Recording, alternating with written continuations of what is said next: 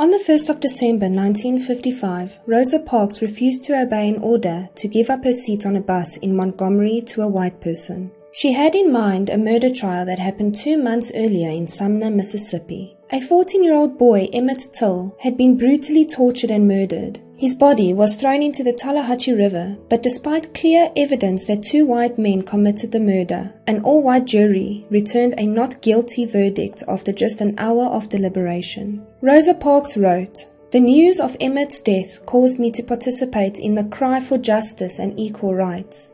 The trial of Roy Bryant and J. Milam for the murder of Emmet Till shook the conscience of a nation and helped spark the movement for civil rights for African Americans."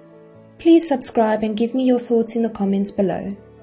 Emmet was born Emmett Louis Till on the 25th of July 1941 and was nicknamed Bobo. He was an only child and grew up in a working-class neighborhood on the south side of Chicago with his mother Mammy. Emmet's father, Louis Till, was killed during the Second World War in 1945. One of his few possessions received by Mammy was a signet ring inscribed with his initials LT, which Mammy gave to Emmet days before Emmet left on a train for a 2-week vacation at his great-uncle's home of Mose Wright in Monee, Mississippi. Before Emmet departed, his mother cautioned him that Chicago and Mississippi were of 2 different worlds, and that he should know how to behave in front of whites in the South. Little Emmet assured her that he had understood.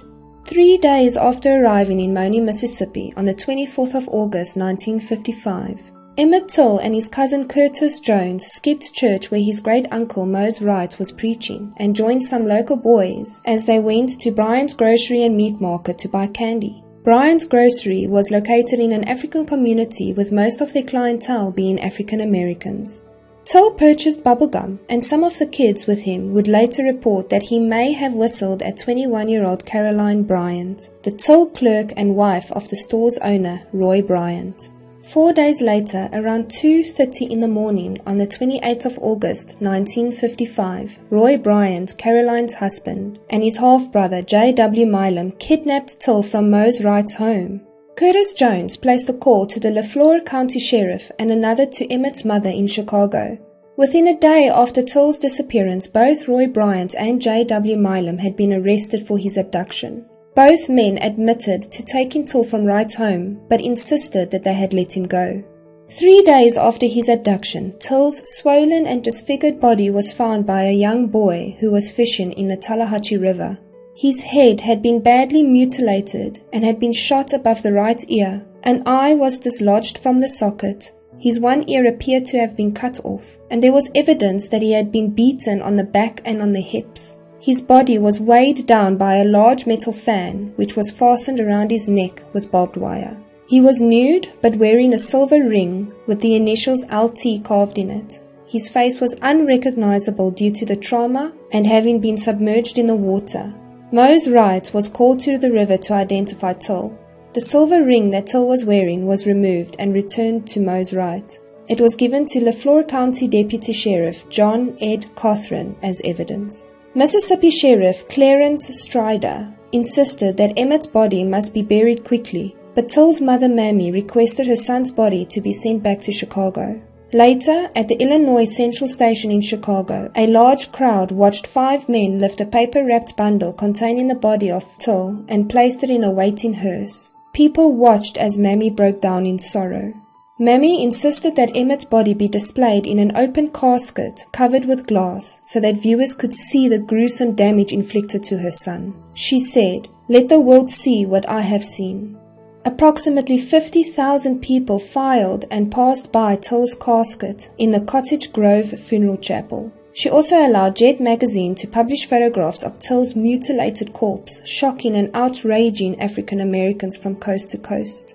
In the first few days following the discovery of Till's body, there was reason to hope that justice might follow, but then everything changed. All 5 lawyers in the town of Sumner, where the Bryant-Milam trial would be held, agreed to serve as defense counsel. In 1955, none of the African residents of Tallahatchie County were registered voters, and under the jury selection rules then in place, no African was eligible to serve as a juror. During the 6 hours of jury selection, the county's sheriff-elect Dogan assisted the defense team, advising the lawyers as to which jurors were doubtful and which were safe. All of the 12 white men selected for the jury were selected as being safe to side with the defense team. Moses Wright was the state's first witness. Wright testified that Milam and Bryant came to his home on August 28th and carried his young relative off into the night. He was asked to identify the two men, and Wright rose from the stand and pointed his finger directly at the defendants. A series of prosecution witnesses left no reasonable doubt that Milam and Bryant abducted and murdered Emmet Till. Deputy Sheriff John Ed Cothran testified that after his arrest of J.W. Milam, he freely admitted to kidnapping Till from Wright's home. Then a surprise witness placed Bryant and Milam at Leslie Milam's barn, who was another half-brother, in the early morning of August 28th. Most compelling was the testimony of Willie Reed, who said that after he witnessed Milam, Bryant, and several other men park a pickup truck on Leslie Milam's property, he heard sounds of whipping and screams from within the barn. Reed stated that he saw two African men that worked for Leslie Milam with Roy Bryant and J.W. Milam. These two potential key witnesses, both Africans who allegedly assisted the abduction and murder of Till, were unavailable to the prosecution. It was later found that both Leroy Collins and Henry Loggins, who prosecutors assumed were only missing, were actually being held under false identities in the jail in Charleston, Mississippi, under orders of Sheriff Strider, who had thrown the full weight of his office in support of the defense efforts. Caroline Bryant took to the stand and testified that Emmet Till strongly gripped her hand as she held it out on the candy counter to collect money. She said she jerked her hand loose with much difficulty as Till asked her, "How about a date, baby?" When she tried to walk away, she stated that Till grabbed her by the waist and said, "You needn't be afraid of me, I've been with white women before." During an interview in 2008, Caroline Bryant disclosed that she had fabricated parts of her testimony at the trial, saying that the part where Till had grabbed her and uttered obscenities was simply not true. Sheriff Strider took to the stand as a witness for the defense. Strider claimed, based on his experience, that the body found in the Tallahatchie River must have been there from 10 to 15 days. He insisted the corpse was unidentifiable, claiming, "All I could tell is that it was a human being."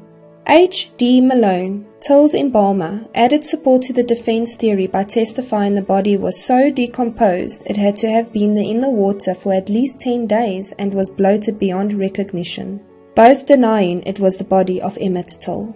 When the jurors were sent out to begin deliberations, Sheriff-elect Dogan told the jurors to wait a while before coming out to make it look good.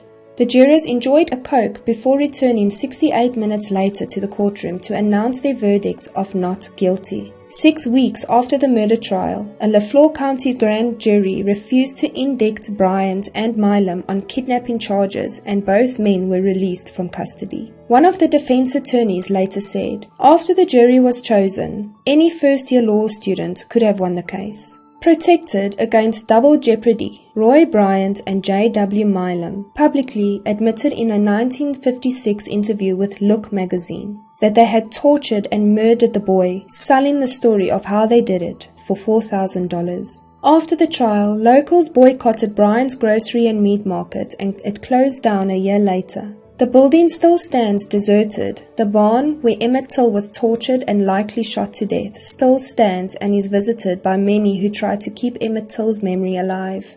Caroline Bryant remarried and now goes by the name of Caroline Donham, and she currently lives in Raleigh. The Department of Justice reopened an investigation into the cold case murder of Till but closed it in December of 2021 without making any charges.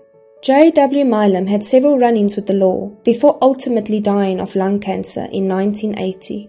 Roy Bryant asserted that Emmet Till's death had ruined his life. He expressed in an interview no remorse and stated, "Emmet Till is dead. I don't know why he can't just stay dead." He too died of lung cancer in September of 1994.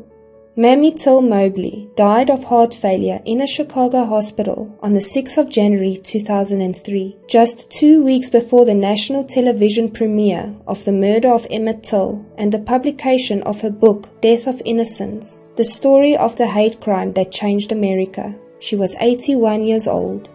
Whoopi Goldberg announced in 2015 plans for a film called Till, based on Till Mobley's book. The film was released on October 14th, 2022. Please subscribe and give me your thoughts in the comments below. Thank you so much for watching.